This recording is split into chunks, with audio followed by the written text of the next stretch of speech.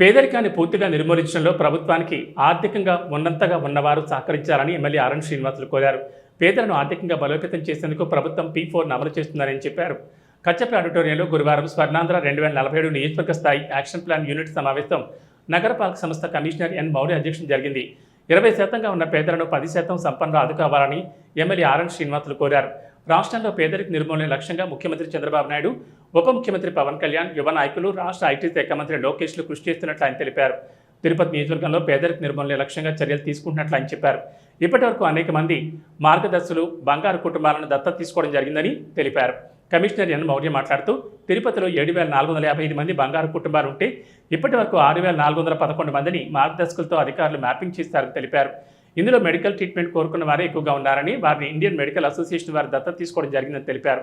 మిగిలిన 1,044 మందిని త్వరలోనే మ్యాపింగ్ చేయించి ఆదుకుంటామని తెలిపారు. కొంతమంది మార్గదర్శులు వార్డులను కూడా దత్తత తీసుకోవడానికి ముందుకు వస్తున్నారని వారిని ఆహ్వానిస్తున్నామని తెలిపారు. సమావేశం అనంతరం కమిషనర్ దత్తత తీసుకున్న 5 కుటుంబాల్లో ఒకరికి తోపుడు బండి అందజేసి ఆదుకున్నారు. ఈ కార్యక్రమంలో corporator Narayana, SC corporation director Kumaramma, health officer doctor Yuvanvesh, revenue అధికారులు సేతు మాధవ్, రవి, డిజి రాజు, మార్గదర్శులు, బంగారు కుటుంబాల సభ్యులు, ప్రజాప్రతినిధులు తదితరులు పాల్గొన్నారు.